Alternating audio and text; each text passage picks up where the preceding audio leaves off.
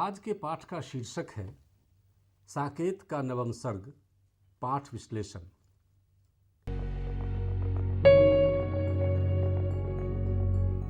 इस पाठ के अध्ययन के उपरांत आप साकेत के 9वें सर्ग का महत्व समझ सकेंगे। इस सर्ग के मूल भाव को जान पाएंगे।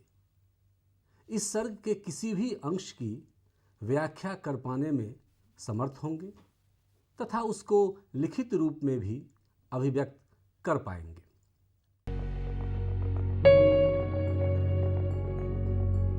मैथिली शरण गुप्त के साकेत महाकाव्य का स्थान संपूर्ण हिंदी साहित्य में अप्रतिम है। अप्रतिमता का कारण यह है कि मैथिली शरण गुप्त ने पहली बार हिंदी साहित्य में एक विलक्षण किंतु सर्वथा उपेक्षित स्त्री पात्र उर्मिला को वास्तविक आधार दिलाकर साहित्य में स्त्रियों की भूमिका के रेखांकन का बंद द्वार खोल दिया। उर्मिला के बाद स्वयं गुप्त जी तथा अन्य कई कवियों ने उपेक्षित स्त्री पात्रों को साहित्य के केंद्र में लाया। साकेत का नवम सर्ग महाकाव्य का प्राण है। पूरा सर्ग उर्मिला के अथाह वियोग और विराट व्यक्तित्व को उद्घाटित करता है।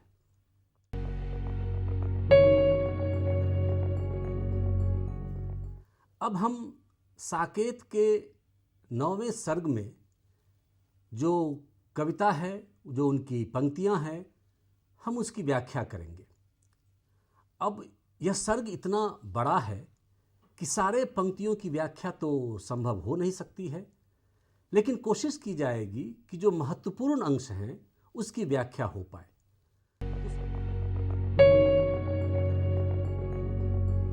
साकेत का आरंभ इन पंक्तियों से होता है। दो वंशों में प्रकट श्रम भी सुख सा रहा। गुप्त जी नवम सर्ग का आरंभ मिथिला नरेश तथा विदेह कहे जाने वाले राजा जनक के विलक्षण गुणों का वर्णन तथा उनकी जय जयकार करते हुए कहते हैं कि जनक जी की महिमा अपार है, जिन्होंने निमि और रघु दो वंशों को अपने गुणों से गौरवान्वित किया है। निमि वंश में स्वयं जन्म लेकर और रघु वंश में अपनी पुत्रियों का विवाह करके दोनों वंशों का मान बढ़ाया है। इनकी पुत्रियां 100 पुत्रों से अधिक गौरव बढ़ाने वाली हैं। जनक जी ऐसे व्यक्तित्व के धनी हैं जिनके शरण में त्यागी पुरुष भी आकर आश्रय लेते हैं, जो आसक्तिहीन होकर भी गृहस्थ हैं, राजा होकर भी योगी हैं। वे निष्ठावान धर्मात्मा हैं और सांसारिक विषयों से विमुख रहने वाले हैं।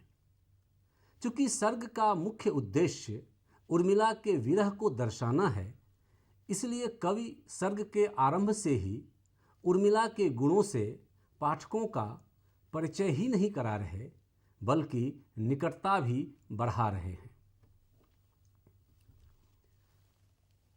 आगे कवि समय रहते राम के दोनों चरणों की वंदना न कर पाने से अत्यंत दुखी होकर कहते हैं कि मेरा जीवन पूर्णतः असफल होकर व्यर्थ ही व्यतीत हो गया। कवि को इस बात का भी दुख है कि वह न तो राम के चरण को पखार सका और न ही उस चरणामृत से अपनी कविता के 2 पदों को रससिक्त कर पाया। इसी संदर्भ में कवि काव्य प्रक्रिया पर भी प्रकाश डालते हैं। वे कविता को संबोधित करते हुए कहते हैं कि तुम्हारा क्षेत्र कठिन है। सत्काव्य की रचना सरल कार्य नहीं है। फिर भी कवि प्रतिभा के अभाव में केवल श्रम से ही काव्य रचना करके मुझे उसी प्रकार का सुख मिल रहा है जिस प्रकार का सुख कवि प्रतिभा के द्वारा रची हुई कविता से मिलता है। आशय यह है कि यद्यपि सुखदायिनी कविता की रचना करने के लिए कवि प्रतिभा अपेक्षित है, तथापि राम विषयक कविता यदि श्रम से भी रची गई हो तो वह भी उसी प्रकार का सुख देती है जिस प्रकार का सुख प्रतिभाजन्य कविता से मिलता है, क्योंकि राम का चरित्र स्वयमेव सत्काव्य है। गुप्त जी जब अपने में काव्य प्रतिभा की कमी की बात करते हैं तो इसे अविधा में नहीं लिया जाना चाहिए। यह एक प्रकार की काव्य रूढ़ि है। कवि शालीनता प्रदर्शन के लिए ही ऐसा कहता है। जब तुलसीदास ऐसे महान कवि भी अपने बारे में कहते हैं कवित्व विवेक एक नहीं मोरे, तो गुप्त जी के लिए ऐसा कहना कोई आश्चर्य की बात नहीं।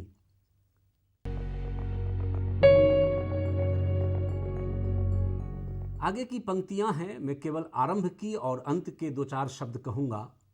करुणे क्यों रोती हो व्रत ले लिया। साकेत महाकाव्य का नवम सर्ग उर्मिला वियोग की करुण महागाथा है।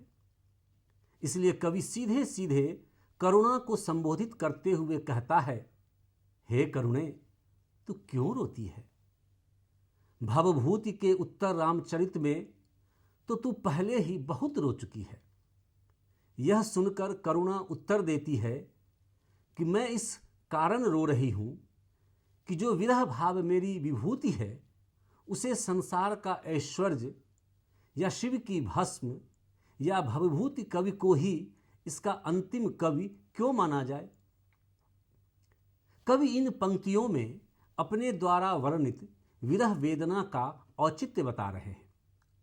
वे मानते हैं कि यद्यपि भवभूति कवि ने विरह वेदना का इतना सांगोपांग वर्णन किया है कि परवर्ती कवियों के लिए कुछ कहने के लिए प्रायः बचा ही नहीं है, तथापि यह भाव तो अनंत है। व्यक्ति विशेष की अपनी अपनी विरह वेदना और अपना अपना रूप होता है। यह भव संसार व्यापी है, शिव की भस्म की भांति कल्याणकारी भी है, अतः इसे तुच्छ या शांत मानना उचित नहीं है। इसलिए विरह वेदना का जितना भी वर्णन किया जाए उतना ही कम है।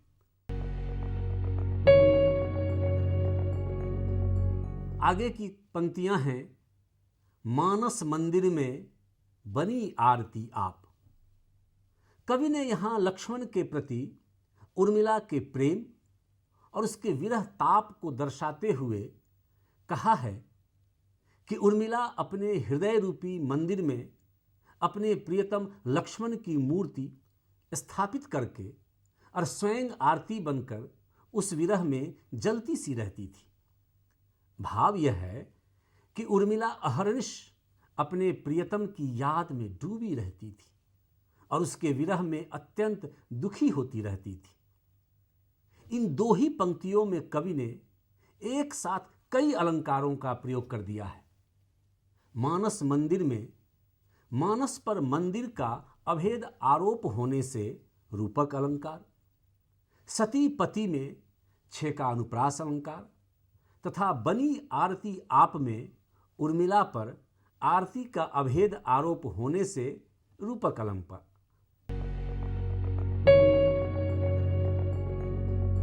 मिलाप था दूर दिरदार दारा।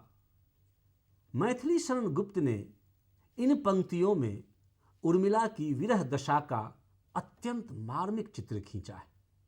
वे कहते हैं कि अभी प्रियतम से मिलन दूर था, क्योंकि वह तो 14 वर्षों के लिए वन गया हुआ था।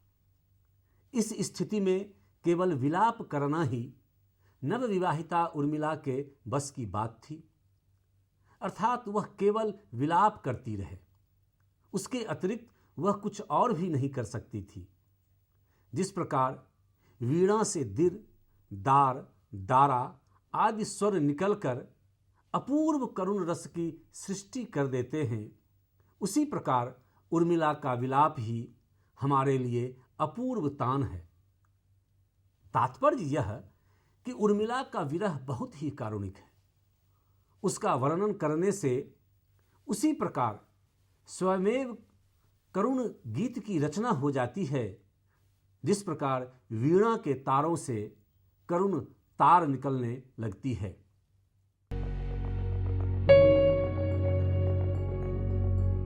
आगे की कुछ पंक्तियां हैं। सखी विहग देहों सभी मुक्ति बानी, यह हित हिरणी क्यों छोर यों ही गए थे। इन पंक्तियों का कवि उर्मिला के विरह को और अधिक उदात्त रूप देता है। उर्मिला अपने वियोग के इन क्षणों में किसी को बंधन में नहीं देखना चाहती। वह अपनी सखी से कहती है कि जितने भी पंछी पिंजरे में बंद हैं उन सभी को उड़ा दो, ताकि वे मुक्त होकर आनंद से इधर उधर विचरण कर सकें। तभी पिंजरे में बंद तोते ने उर्मिला से वे ही शब्द कह दिए जो एक बार संयोग काल में लक्ष्मण ने उससे कहे थे कि हे रानी मत रूठो। उन्हें सुनकर उर्मिला अपनी सखी से कहती है कि इस दुष्ट तोते की आवाज तो सुनो। फिर वह तोते को संबोधित करती हुई कहती है कि हे खग, मैं तुम्हारी इस वाणी से बहुत प्रसन्न हूं। कहो तो जनकपुरी की किसी मैना से तुम्हारा विवाह करा दूं। लेकिन मैं भी तो वहीं की कन्या हूं जो अब त्यागी हुई हूं। अतः मुझे भय लगता है कि कहीं तुम भी मेरे प्रियतम की भांति अपनी प्रिया का त्याग न कर दो। आगे उर्मिला तोते से कहती है कि हे तोते, यह तो बताओ कि तुम्हारे वे आचार्य कहाँ गए हैं जिन्होंने तुमको पढ़ाकर मनुष्यवाणी में बोलना सिखाया है। मेरे वे वीर प्रियतम कहाँ हैं जो प्रसन्न मुख वाले हैं। इस पर तोता उत्तर देता है कि वे शिकार खेलने गए हुए हैं। तो वह कहती है कि वे नए ही शिकारी हैं, अन्यथा वे मुझ मरी हुई हिरणी को यहां छोड़कर न चले जाते। यहां कवि गुप्त जी ने वार्तालाप शैली का रचनात्मक प्रयोग किया है।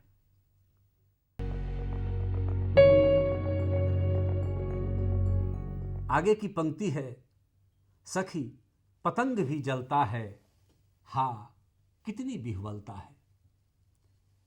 सखी के द्वारा संध्या काल से दीपक जला दिए जाने पर उर्मिला के मन में जो भाव आते हैं उनका वर्णन वह अपनी सखी से करती हुई कहती है कि हे सखी, दीपक और पतंग दोनों के मन में एक दूसरे के लिए अत्यधिक प्रेम है। दोनों ओर ही प्रेम पल रहा है। यदि दीपक पर पतंग जलता है तो पतंगों को अपने पास बुलाने के लिए दीपक भी जलता है। पतंग को जलते हुए देखकर दीपक दुखी होकर उससे कहता है कि भाई तू क्यों व्यर्थ में ही स्वयं को जलाता है। जलते हुए दीपक की लौ हिलती रहती है। इस आधार पर कवि की कल्पना है कि मानो पतंग को जलने से मना कर रहा हो, लेकिन पतंग अपने प्रेम की आतुरता के कारण उसमें जलकर ही संतोष पाता है। उसकी यह प्रेम विह्वलता अद्भुत है।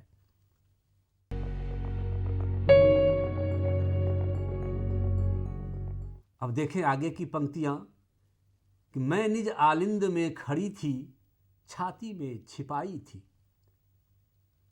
साकेत का नवम सर्ग खड़ी बोली हिंदी में वियोग और संयोग श्रृंगार की अद्भुत अभिव्यक्ति मानी गई है। उर्मिला का वियोग जितना ही घनीभूत है उसका संयोग भी उतना ही रसपूर्ण। उक्त पंक्तियों में गुप्त जी ने शालीनतापूर्ण संयोग श्रृंगार का मनोरम वर्णन किया है। वर्षा ऋतु का समय है। ऐसे समय में उसे संयोगावस्था की एक घटना याद आ जाती है जिसका वर्णन वह अपनी सखी से करती है कि हे सखी, एक रात ऐसी ही रिमझिम करके बूंदें पड़ रही थी। आकाश में ऐसी ही घटा छाई हुई थी। मैं अपने महल में अलिंद में खड़ी हुई थी। केतकी पुष्प की महक चारों ओर फैली हुई थी, जिससे सारा वातावरण महक रहा था। झिंगिरों की झंकार हो रही थी, जो मुझे बहुत ही प्रिय लग रही थी। उस झंकार का अनुकरण मैं अपने नुपुरों से करने लगी, अर्थात मस्त होकर अपने नुपुरों को बजाने लगी। उसी समय बिजली चमकी और बादलों का समूह गरज उठा। बिजली के प्रकाश में मैंने चौंक कर देखा कि कोने में छिपे मेरे प्रियतम खड़े थे। हे सखी, उन्हें देखकर मैं इतनी लज्जित हुई कि मैंने अपना मुख की लज्जा को उनकी छाती से लगाकर छिपाया, अर्थात प्रेमवश मैं उनसे आलिंगनबद्ध हो गई।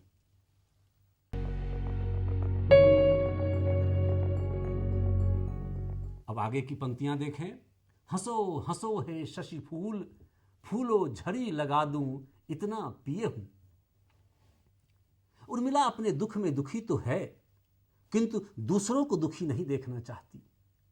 वह अपार दुख में भी दूसरों को खुश और प्रसन्न देखना चाहती है। इन पंक्तियों में कवि ने उर्मिला की इसी स्वभावगत विशेषता की ओर संकेत किया है।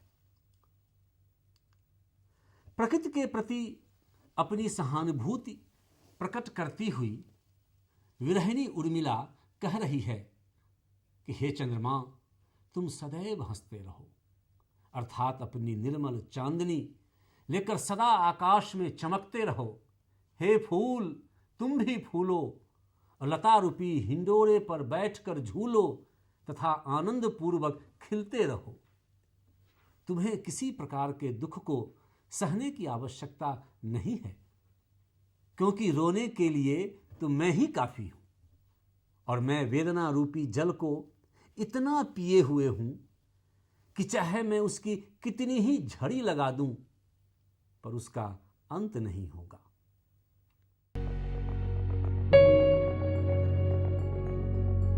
फिर गुप्त जी आगे लिखते हैं नवम सर्ग में, प्रभु को निष्कासन मिला, राज्य तुझे धिक्कार। इन पंक्तियों में उर्मिला राज्य को तुच्छ मानती है। इतना ही नहीं, उसका यह भी मानना है कि राज्य वैभव और धन संपदा कलह की जननी होती है, और इसका सर्वोत्तम उदाहरण रामायण है। राज्य को धिक्कारती हुई उर्मिला कहती है कि जिस राज्य के कारण राम जैसे महापुरुष को वनवास मिला, मुझे यह वियोग का जीवन मिला, जिसे पाकर मैं बंदिनी की भांति जेल का सा कष्टकारक जीवन व्यतीत कर रही हूं, और सरल एवं गुणी ससुर दशरथ को मृत्युदंड मिला, ऐसे राज्य को धिक्कार है।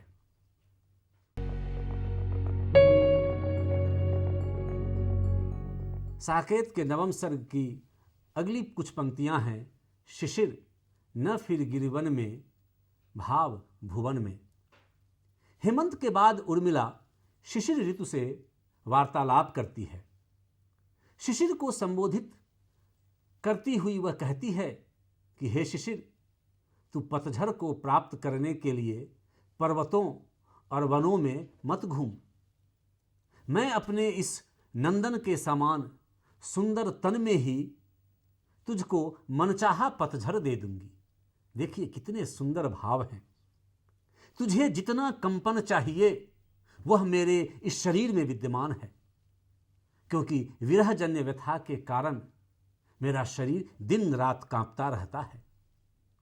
तुझे जितना पीलापन चाहिए वह मेरे मुख से ले लो, क्योंकि मेरी सखी कहती है कि विरहजन्य व्यथा के कारण मेरे मुख पर पीलेपन का अभाव नहीं है। यदि तुम अपनी सर्दी से मेरे आंसुओं को मेरे हृदय रूपी बर्तन में जमा दे, तो मैं निर्धन उसको अपने मन में मोती की तरह संभाल कर रखूं। प्रियतम के प्रवासी होने के कारण मेरा हंसना तो छूट गया है। अब तुम मुझे ऐसी स्थिति में डाल दो कि अपने जीवन में रो भी न सकूं। मेरी यह जानने की प्रबल इच्छा है कि हंसी और रुदन के अभाव में भाव रूपी जगत में क्या प्रभाव होता है।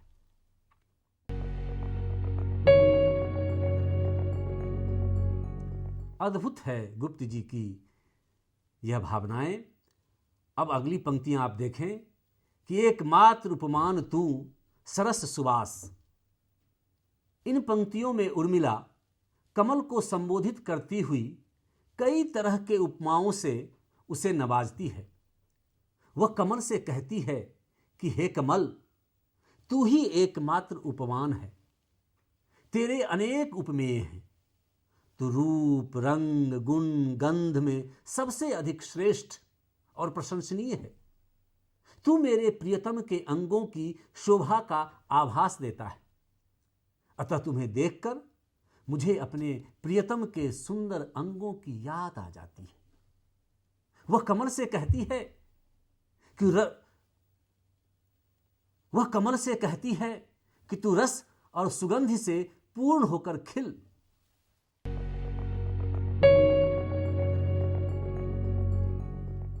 साकेत की अगली कुछ पंक्तियां हैं। तू सुषमा का कर कमल सरस सुवास। कमल को संबोधित करती हुई उर्मिला कहती है कि तेरा प्रयोग अनेक उपमानों में होता है। हाथ की शोभा के लिए, सुंदर गर्दन वाली रति के मुख की शोभा के लिए, चंचल नेत्रों की शोभा के लिए और राम के चरणों की शोभा के लिए तेरा ही प्रयोग किया जाता है। चाहे तू लहरों को लेकर उसी प्रकार रासलीला कर जिस प्रकार कृष्ण गोपियों को लेकर किया करते थे। तू रस और सुगंधि से परिपूर्ण होकर खिल।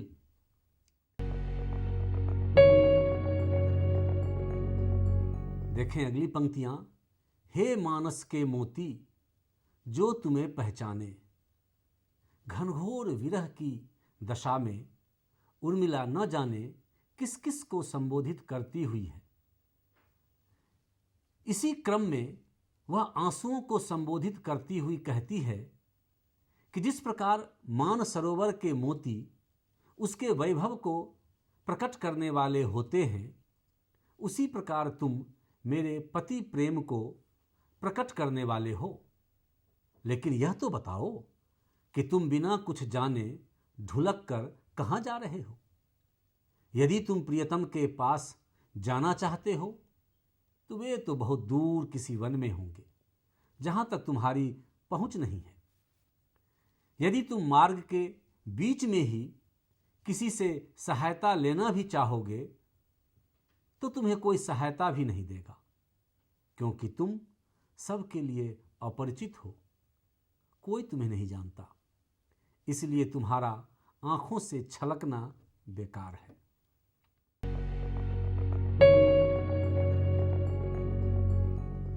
आगे की पंक्तियां हैं। नैनों को रोने दे मन अश्रुबिंदु ढोती है। अपने मन से बातचीत करती हुई उर्मिला कहती है कि हे मन, अपनी संकीर्णता के कारण नेत्र तो प्रियतम को देख नहीं पा रहे, इसलिए ये रोते हैं। और इनका रोना उचित भी है, क्योंकि अपनी संकीर्णता के कारण ये मेरे हृदय में बसे हुए प्रियतम को नहीं देख पाते। तुम इनकी तरह संकीर्ण मत बनो, क्योंकि तुम तो जानते हो कि प्रियतम मेरे हृदय में बैठे हुए हैं। वे भले ही आंखों से ओझल हो गए, फिर भी स्मृति के रूप में वे निरंतर मन में ही बसे रहते हैं। उसके बाद उर्मिला आंख को संबोधित करती हुई कहती है कि तू भी यह सच सच बता कि तू हंसती है या सचमुच रोती है, क्योंकि तेरी लाल कोर रूपी अधर में आंसू की बूंद रूपी चमकते हुए दांत तेरी हंसी को ही व्यक्त करते हैं। और अगर तू केवल इन आंसुओं की बूंदों का ही भार ढोती है तो तू वास्तव में रोती है, जो तेरे लिए उचित नहीं है।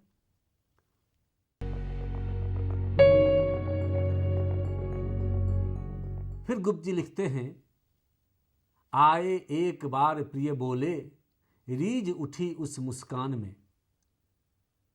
उर्मिला अपनी सखी को संयोगावस्था की एक सुखद घटना को सुनाती हुई कह रही है कि हे सखी, एक बार मेरे प्रियतम मेरे पास आए और मुझसे कहने लगे कि मैं तुमसे एक बात कहना चाहता हूं, और क्योंकि वह बात छिपाने योग्य है इसलिए कान में सुनो। मैंने कहा कि यहां हम दोनों के अतिरिक्त और है ही कौन जो कान में बात कहने की आवश्यकता है। इस पर उन्होंने उत्तर दिया कि दीवारों पर जो चित्र लगे हुए हैं, राजनीति के नियमानुसार ये भी गोपनीय बातों को सुन लेते हैं। इस पर मैंने कान उनकी ओर कर दिया और उन्होंने अपने होठों से मेरे कपोलों को चूमकर लाल कर दिया। हे सखी, छल के द्वारा लिए गए उस चुंबन से मुझे जो अपार आनंद की अनुभूति हुई उसका मैं वर्णन नहीं कर सकती। जब मैंने उनकी ओर तनिक क्रोध करके देखा तो वे मुस्कुरा कर कहने लगे कि वीर पुरुष किसी कार्य को कर डालते हैं, उसके विषय में कहते नहीं। हे सखी, उनके इस व्यवहार पर लज्जित होकर भी मैं रीझ गई।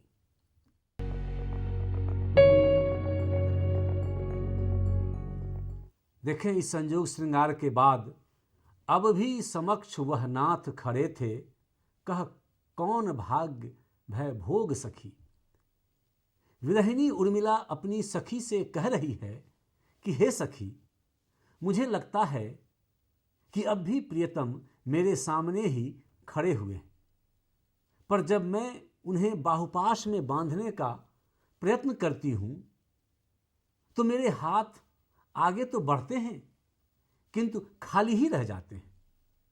मेरी यह स्थिति न तो वियोग की है न भोग की, क्योंकि मैं प्रियतम में इतनी रम गई हूं कि वह सदैव मुझे अपने पास ही दिखाई देते हैं। इसलिए तो उनसे वियोग नहीं माना जा सकता, परंतु वास्तविकता यह है कि वे मेरे पास नहीं हैं। अतः यह संयोग तथा भोग की अवस्था भी नहीं है। तुम ही बताओ, मैं अपने किस दुर्भाग्य का फल भोग रही हूं।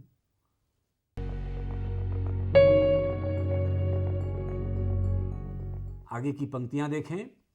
स्वजन क्या कहा, उन्माद भ्रांति है।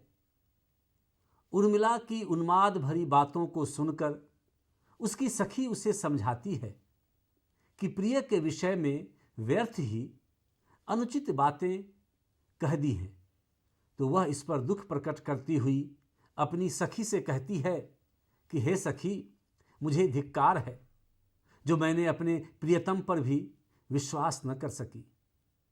पर यह तो मेरे वश की बात न थी, क्योंकि उन्माद ने मेरे समूचे ज्ञान को नष्ट कर दिया था। अब तू ही बता कि इस भीषण पाप का मैं क्या प्रायश्चित करूं, क्योंकि मैंने जो अनर्थ किया है वह अपार है। इसका प्रायश्चित करना भी असंभव है।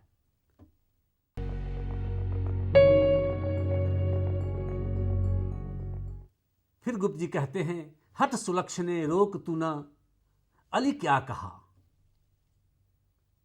उर्मिला यह अनुभव करती है कि उसका प्रियतम उसकी भर्त्सना करके और रूठकर वापिस वन जा रहा है। वह उसे पकड़ने के लिए दौड़ती है तो उसकी अंतरंगिनी सखी सुलक्षण उसे पकड़ लेती है। जब उर्मिला कहती है कि हे सुलक्षणे, मेरे सामने से हट जा, मुझे मत रोक, मैं पापी हूं, मुझे तू इस प्रकार न टोक।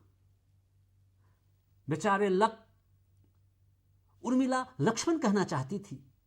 देखें गुप्त जी की का कमाल देखें, पर उसकी सखी ने उसे बीच में ही रोक दिया, क्योंकि अपने पति का नाम लेना शास्त्रों के विरुद्ध है। अतः लक कह करके ही रह गई। हे उर्मिले, यह क्या करती हो? तुम्हें अपने पति का नाम नहीं लेना चाहिए। और फिर तुम्हारा पति यहां है भी कहां? तुम्हें तो व्यर्थ ही यह भ्रम हो गया है।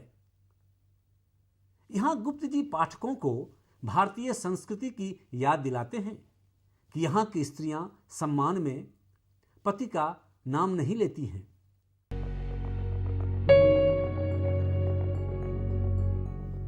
नवम सर्ग में गुप्त जी आगे लिखते हैं कि जब जल चुकी विरहिणी बाला, सती हीन ज्यों शूली। उर्मिला अपनी सखी को बता रही है कि वह किस प्रकार का चित्र अंकित करना चाहती है।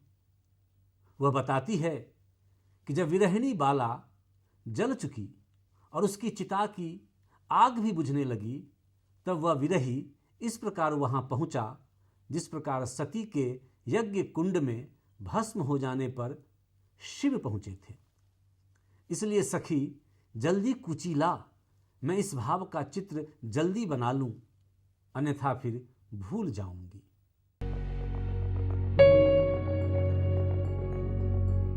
देखें अगली पंक्ति, सिर माथे तेरा यह दान, हे मेरे प्रेरक भगवान। विरहिणी उर्मिला भगवान से विनती करती हुई कहती है कि हे मेरे प्रेरक भगवान, तुमने जो मुझे विरह दुख का दान दिया है वह मैं सहर्ष स्वीकार करती हूं। जब तुमने अपनी इच्छा से मुझे यह दान दे दिया है तो अब तुम्हारे सामने हाथ फैलाकर और क्या मांगूं।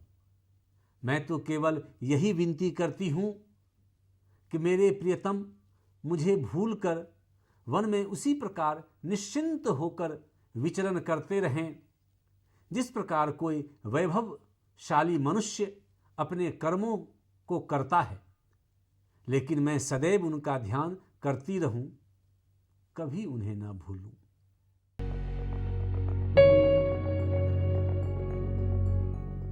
आगे की पंक्तियां, अवधि शिला का उर दृग जल धार। उर्मिला के हृदय पर अवधि रूपी चट्टान का भारी भार था। उसकी आंसू रूपी धारा तिल तिल करके उसे काट रही थी। आशय यह कि उर्मिला अपने अश्रु जलधार से अवधि के चट्टानी दिनों को काट रही थी, अर्थात वह लक्ष्मण के स्मरण में भारी दिनों को बिता रही थी।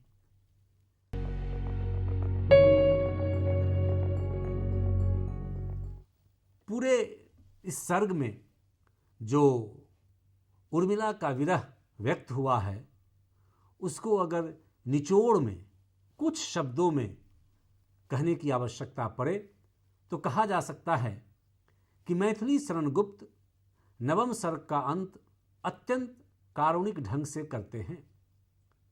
उर्मिला का विरह वर्णन संपूर्ण हिंदी साहित्य में मील का पत्थर माना जाता है।